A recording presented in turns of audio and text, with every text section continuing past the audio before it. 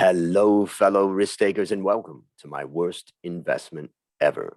Stories of loss to keep you winning. In our community, we know that to win in investing, you must take risk, but to win big, you've got to reduce it. And I bet you're exposed to investment risk right now. To reduce it, go to myworstinvestmentever.com and download the risk reduction checklist I've made specifically for you, my podcast listeners, based on the lessons I've learned from all of my guests. Fellow risk takers, this is your worst podcast host, Andrew Stotts from A Stotts Academy, and I'm here with featured guest Matt Franklin. Matt, are you ready to rock? I am absolutely ready. I'm really excited to have you on, and you and I have had a chance to get to know each other a little bit before we turned on the recorder, and I really appreciate that. And I want to tell the audience a little bit about you. So here it comes. Matt Franklin and a friend developed a goofy little invention to help people improve their postures. And ladies and gentlemen, I need that invention. Darn it. The minute I read that, I thought, I think I need that. Once they had sold more than $100,000 worth of that product, they found themselves in the Shark Tank. Yes, that Shark Tank, ladies and gentlemen. And after that appearance, things blew up temporarily. And they made pretty good dough. The company, PostureNow, still operates to this day.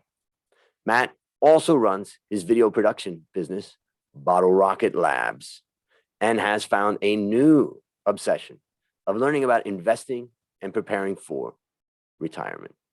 He shares what he is learning on his Rogue Retirement Lounge podcast, which you can find on Apple Podcasts and I'm sure other platforms. But even better, you can go to www.rogueretirementlounge.com to learn more, as well as go to the show notes here. Matt, take a minute and fill in further tidbits about your life.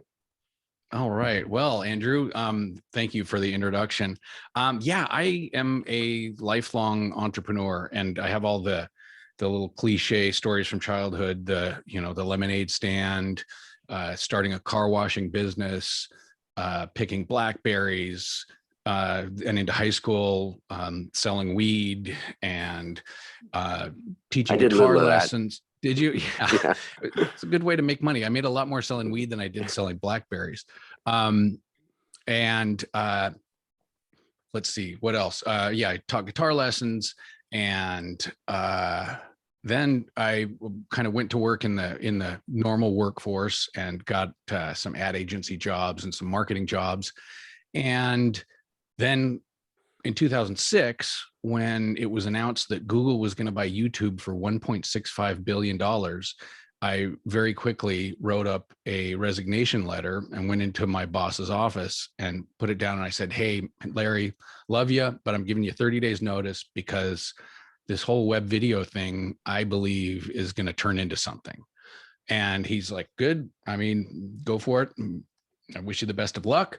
And so I started a little video production business. And that's kind of what I've been doing full time up until a few years ago. And now it's kind of a part-time job. And it turns out that web video became kind of a big thing. And I have done projects for Intel, Microsoft, Hewlett Packard, companies like that all over the world.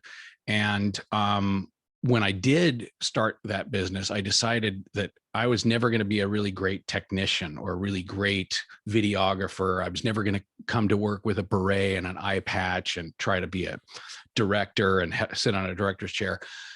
And I wasn't really that interested in the art. I was more interested really in just kind of making a living and doing kind of cool stuff. And so I decided that my strategic advantage was going to be that I was going to be friendly, and I was going to be on time, and I was not going to be flaky, and I was going to be fun, and I was going to be cool, and I was going to over deliver.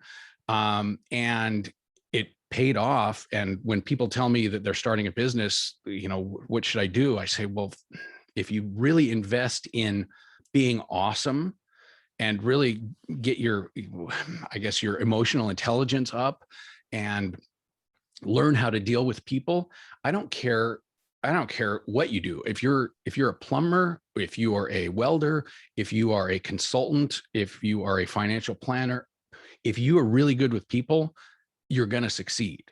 And as an example, I had a client fly me to Germany twice, to India, and to Japan to shoot like half-day interviews. Okay. And those, I can guarantee you that there are videographers in Japan. I can guarantee there are, I mean, and so that, and again, I never really became like a great artist, but I show up on time. I'm easy to travel with. And that whole strategy really kind of paid off. So Napoleon Hill calls that having a pleasing personality. And I've worked with a lot of people who are difficult. And I can guarantee that those difficult people are going to have less success just for that. They may be the best at what they do, but if they're difficult, or if they have attitude in the email, or if they just, or they show up late, they're not going to be as successful as someone who's cool. Yeah, it's so true. We want to work with people that are reliable, and that we enjoy working with. I would give a shout out in this to a woman named Cecilia Ricardo, and she basically has done all of my all of the production work for this podcast. And she has a small podcast production company. And for anybody listening that wants to go into podcasting, just give me a shout out, and I will introduce you to her. But the one thing about her that I really have been impressed about is she just made it so easy to work with her. Is she the best? I mean, I'm sure there's better and there's more technically whatever, but everything, she's never dropped the ball, and she's always been pleasant. And anytime I say, hey, could we get the podcast on Audible or something like that? Boom, she's on it and she gets it done. And so I really, really think that you're giving a real golden nugget here for people who are running businesses or want to have their own businesses. It's not about being technically the best. It's about bringing value to your client in a way that really takes away trouble from them and helps them get on with the other parts of their job. So great stuff. Now, I want to just, before we go into the question, I just want to hear a little bit about PostureNow and kind of, what was that? What is that? Tell us just a little bit about that. Because I know for me, posture is a problem. I know for most people that have been sitting at desks all their lives, it's a problem. Tell me a little bit about that. Okay. Well, it started when I was on site. A client had hired me to do some editing on site at their location, and they put me in literally a supply closet. So I was surrounded by dry erase markers and reams of paper in about a 6x6 room for a week of 9-hour days sitting there editing. And I called up my buddy who was in New York at the time. I live in Portland. I said, Mike, I got to get out of this. Let's make an infomercial and get rich, like the ShamWow guy, because this was back when the ShamWow was huge on TV. And he said, well, I got an idea for a posture improvement device. And I said, okay, let's do it. I'll meet you in Chicago this weekend. So we flew to Chicago. I brought a bunch of elastic and Velcro, and we tried to make this goofy thing.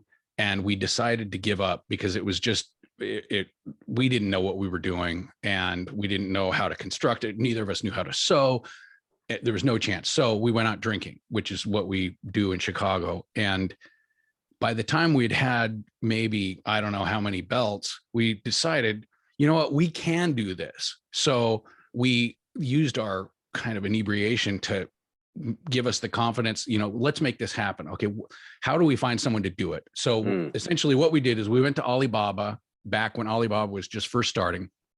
And I looked for companies that I thought could develop something that would help your posture. And since our sketches that we came up with kind of looked like a belt, I reached out to belt companies and I said, hey, can you, and I sent them a scan of our sketch to probably 50 different belt companies. And there are 50 different belt manufacturers all over Asia. And a few of them got back to me. I ordered samples from maybe 3 or 4 of them. And one of them sent back a great sample. And within 9 months of that trip to Chicago, we had a website up, we had our first orders, and it started selling. And that was basically how this happened. And that was, I believe, in 2009. And then we thought, okay, well, this is making us a little dough. Let's try to get on Shark Tank. So which seems like an impossible thing. It is. It's a very difficult thing, and your odds are very low. And we went to a casting call in Dallas, Texas, and showed up there in the morning, and it was 90 degrees, 90% humidity. And we got our wristbands, and they said, come back in 3 hours. So what did we do? Okay, recurring theme. We went to the bar. And so we sat at the bar, and then we got back, and all our inhibitions were gone when we went in and did our 2-minute audition. And it turns out that the guy, when he called us back, he didn't even remember what our product was, but he remembered us. And so my bit of wisdom for people who are wanting to be on Shark Tank: become memorable and prove to the producers that you would be good TV, and let the product kind of be back in the background. Because if they think you're going to be good TV, then your chances of getting on are a lot higher. That's great advice. And I think that's probably just the opposite of what most people do. Is they're just so in love with their product that they want to take it and bring it to the world. But the reality is that everybody wants to be entertained, and they want to invest in people and ideas, and they want to hear things that are quirky and all that. So yeah, great story. Yeah. And is the website still up now? Yes, it's PostureNow.com. Okay, I'm going right there right now. Oh no. this clear, we kind of gave up trying on this. I mean, it still brings us what we like to call a teacher's salary. Yep. Which is actually a shameful term. I should stop saying that, because teachers should get paid way more. But yeah, we haven't changed the website in 4 or 5 years. And so I'm definitely not proud of it. And we do not spend any time on this business anymore. Yeah.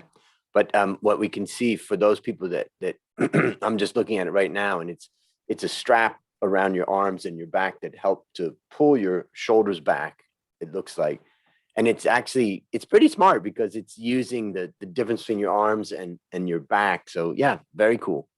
So interesting. I'm going to do a little bit more looking at that. So, okay. All right.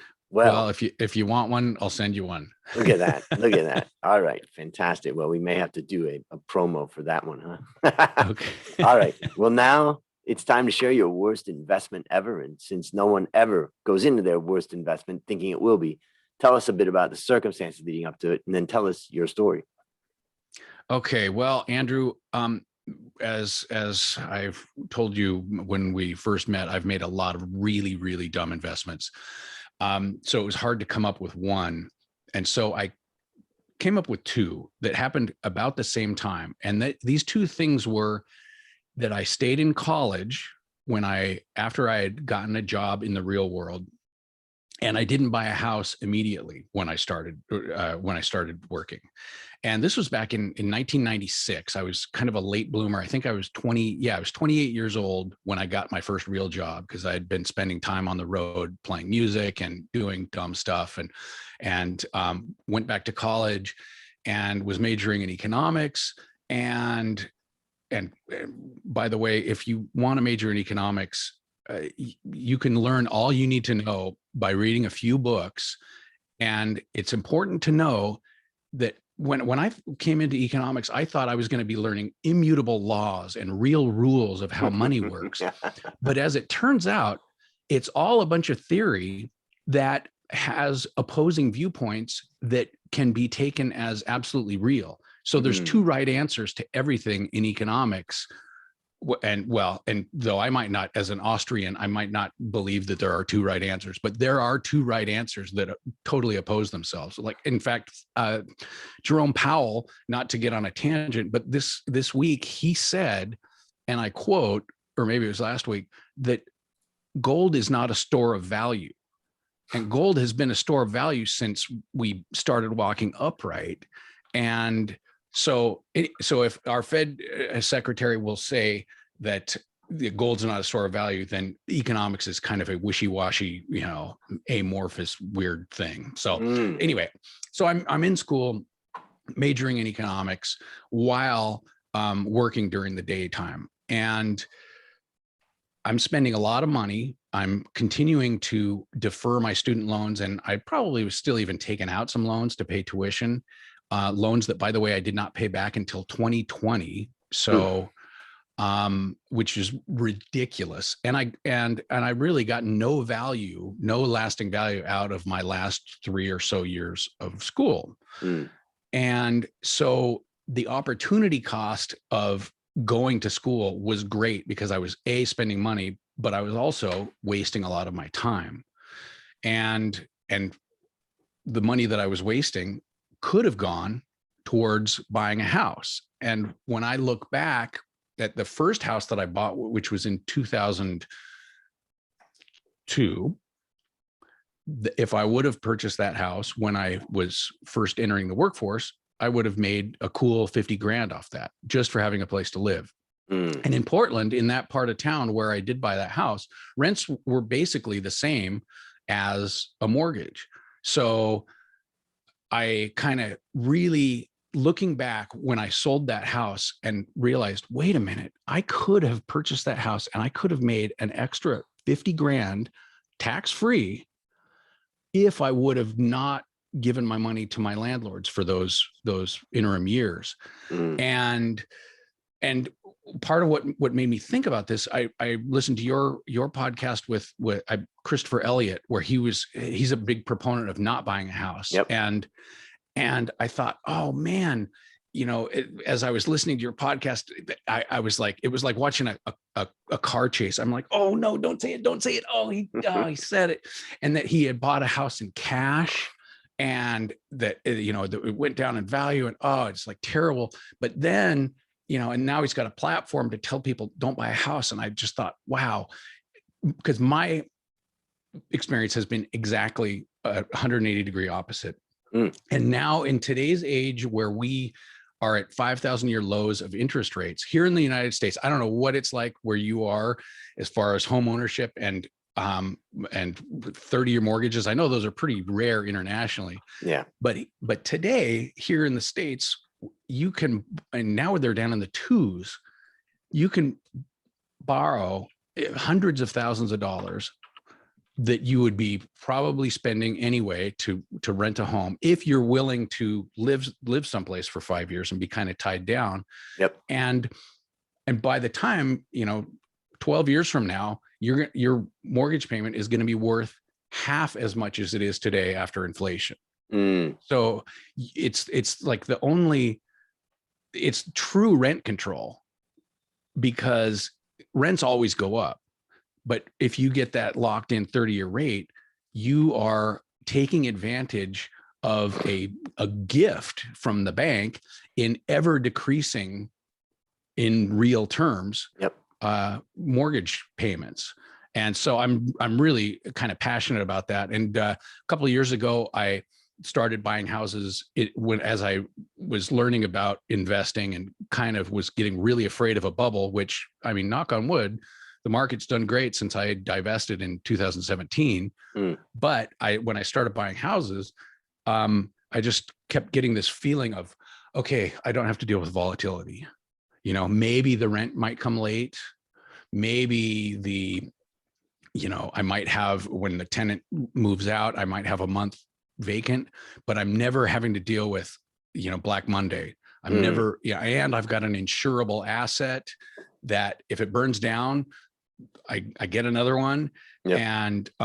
And as that happened, the more I got into this, the more I just looked back at 1996 and thought, what did I do to myself?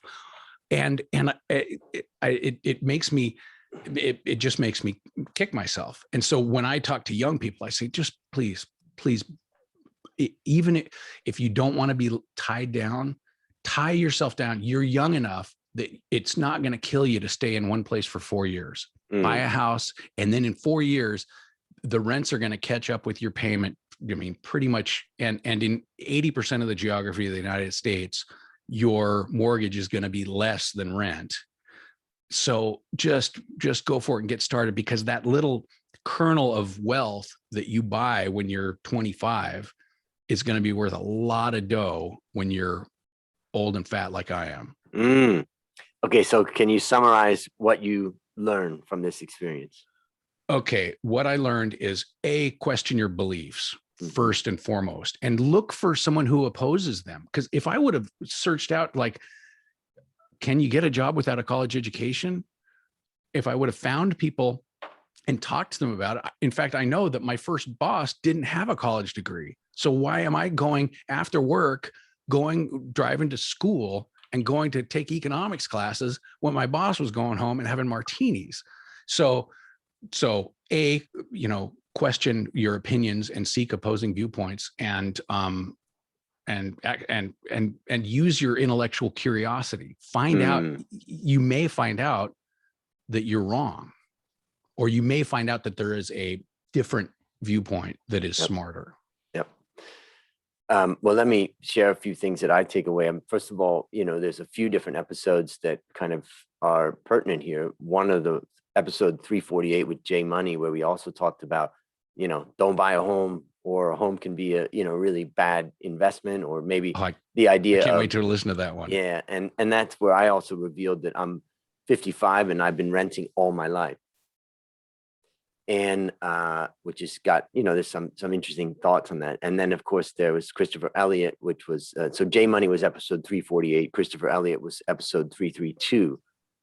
And then we had Janayad Iqbal that talked about, which is episode 340, and he has a website called nodegree.com. I heard that one. Yeah, love that guy. I know that was really great. So first of all, for the listeners out there, there's a lot of information here, and I'm going to go through a couple of things that I would explain about this, kind of from my perspective.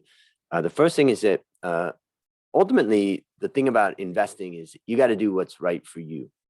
For me, it was right to not buy, because I was also a foreigner in Thailand when I first came. So as I was accumulating wealth, I had the option of buying a condo, which you're allowed to own, but I just I wasn't turned on by that so much.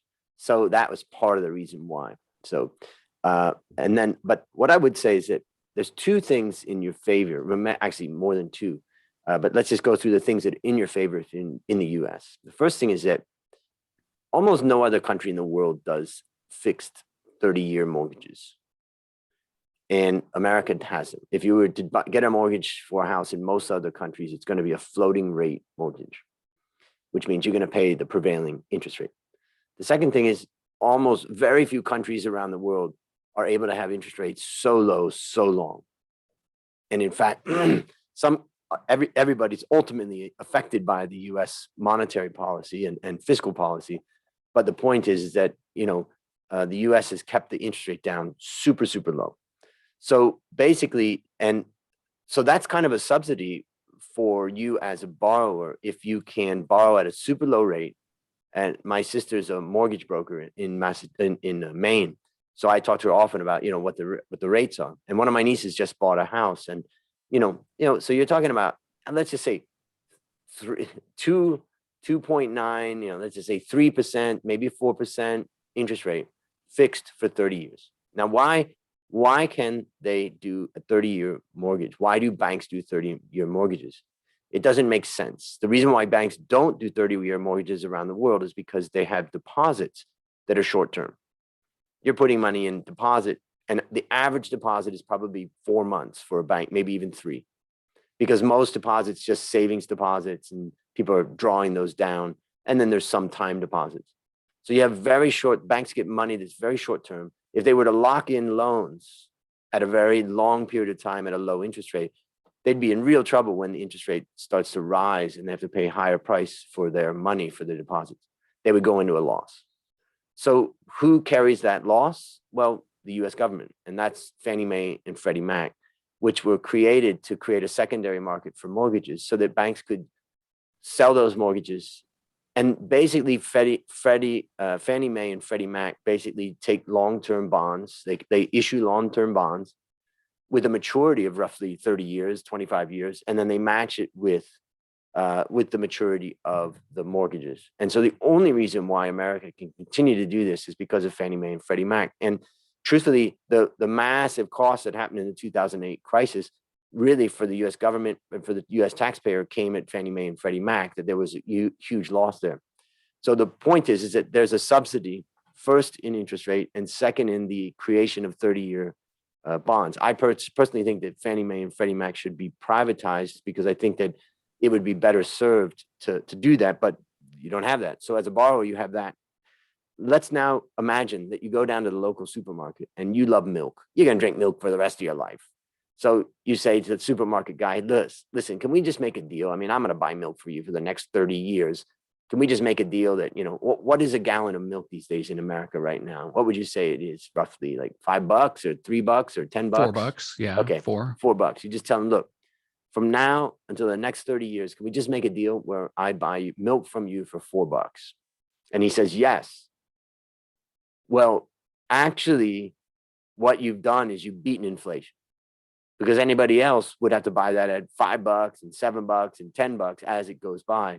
But because you've contracted this payment that's fixed, then, you know, you're getting such a deal, you're beating inflation. Normally it would rise. And so I think that is what you're talking about, how a fixed mortgage payment starts to beat inflation over time. And then you also mentioned about it's an insurable asset. A stock is generally not an insurable asset. It could go down by 50% and nobody's going to, you know, do anything for you. So that's another point. And then finally, you get tax deductions related to mortgage payments provided by the U.S. So there's so many incentives that are being, that cost the US government and the US taxpayer. But for you as an individual, it is a pretty great opportunity. So that's pretty much how I would kind of take away from that, is to think about, I rent because personally I like it. I'm not a big fan of being a landlord. I'm just not interested in it also. So that's another factor. And also I know a lot about investing and I have other options also for my money. But for the typical American, I think your advice is probably not, you know, what you've done and what you've talked about is, and what you're talking about is pretty good. Anything you'd add to that? Well, first of all, excellent explanation about Fannie Mae and Freddie Mac. I mean, because yeah, it's an anomalous situation that we're in, and who knows how long it'll stay like this. But the other thing that I'd like to tell people when talking about home values, in some of the arguments against home ownership, they'll say, well, the stock market yields on an average, the S&P has been over the last 40 years, say 11% or something like that. Housing values have only averaged in X region 7%. But that argument doesn't take into account that you can buy a primary home for 5% down, which means that 7% that you're making in appreciation on the overall price of the house is 20 times that down payment. So your cash in is basically a 20th of the overall value, and you're getting that 7% on a 20th of that value.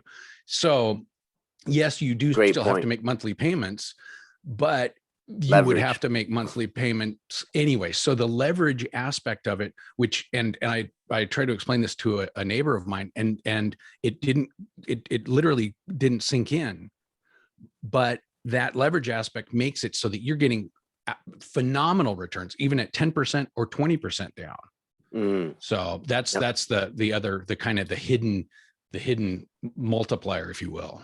And there's another advantage you made me think of. I mean, we talk about dollar cost averaging in the stock market of a way of trying to get people to have a consistent way of investing. But, you know, it's hard for people. Mm-hmm. Whereas, you know, people are not going to skip their monthly payment on their primary home, at least. It's just something that's probably not going to happen.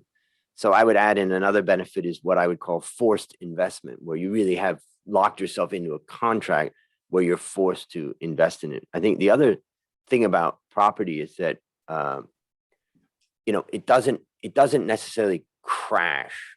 Now, obviously, if you buy property at a peak of a cycle, it can crash. But if you look at property over a long period of time, like over a 30-year period, it's not something that's going to crash the way that a stock could crash, and actually a stock could go to zero technically, if a company went bankrupt. Mm-hmm. And there's one last piece, my mother's, been retired for many years with my dad. And when my dad passed away, I brought mom here about 5 years ago. And her best friend just had a situation where her husband and her decided, and they were getting close to 90, and they decided that in order to protect the cash that they needed, they decided to sell their primary home and move into an apartment. Now that's a pretty tough move at that age. Oh, yeah. And the truth is that, my sister does reverse mortgages, and she really helped me to understand the value of that. But I think for a lot of people out there, once you get to be 70, 80, that age, reverse mortgage market is a pretty interesting thing where you can basically say, look, I've got $500,000 in this house. The only way I can get cash out of it is sell it or borrow on it. But in fact, we know that I'm not going to live more than another 5 or 10 years. And at that point, it'll be sold. So allow myself, so reverse mortgage allows you to tap into that eventual equity that's going to happen and get a monthly payment out of it. And it's a very innovative product, but you couldn't, if you end up renting all your life, you don't have that collateral or that asset that you could do a reverse mortgage with. Now, of course, if you're getting rich or you're able to buy annuities and things like that, you can play around with it. But the reverse mortgage thing is a new innovation, a relatively new innovation that can also help towards the end of the period of time that you're owning that house.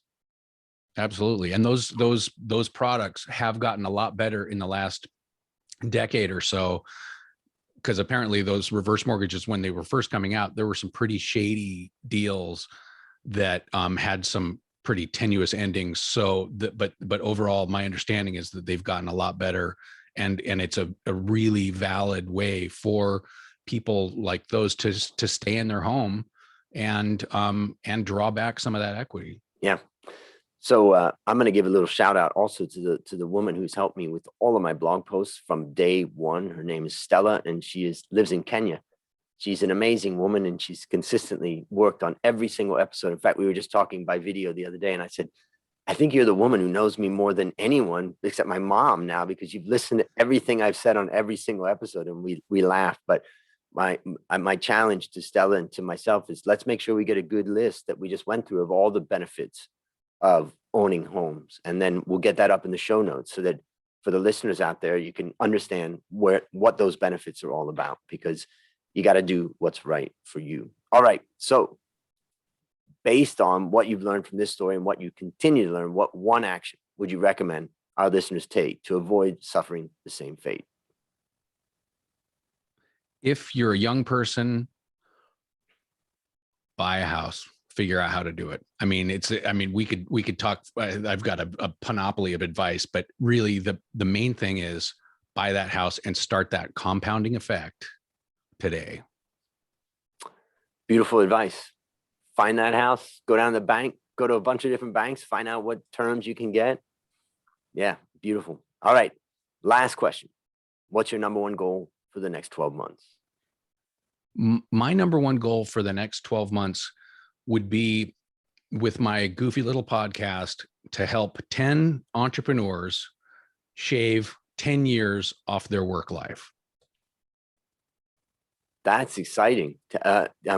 And tell the listener again where they should go to get in on that, because I'm sure some of our listeners, want that. So would they go to rogueretirementlounge.com?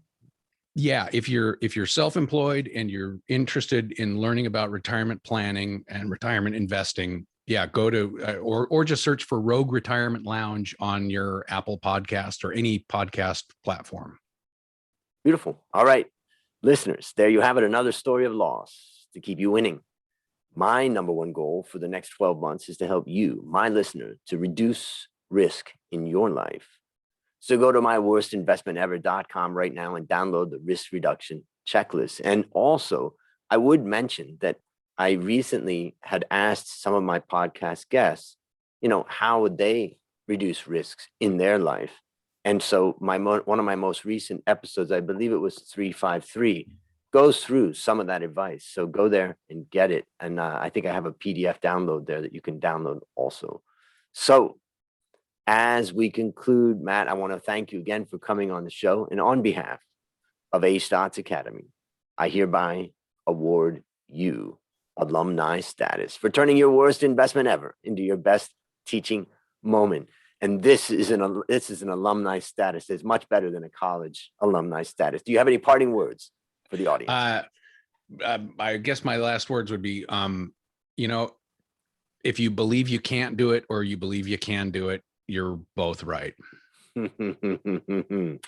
So let's believe that we can. Ladies and gentlemen, that's a wrap on another great story to help us create, grow, and protect our wealth. Fellow risk takers, this is your worst podcast host, Andrew Stott, saying, I'll see you on the upside.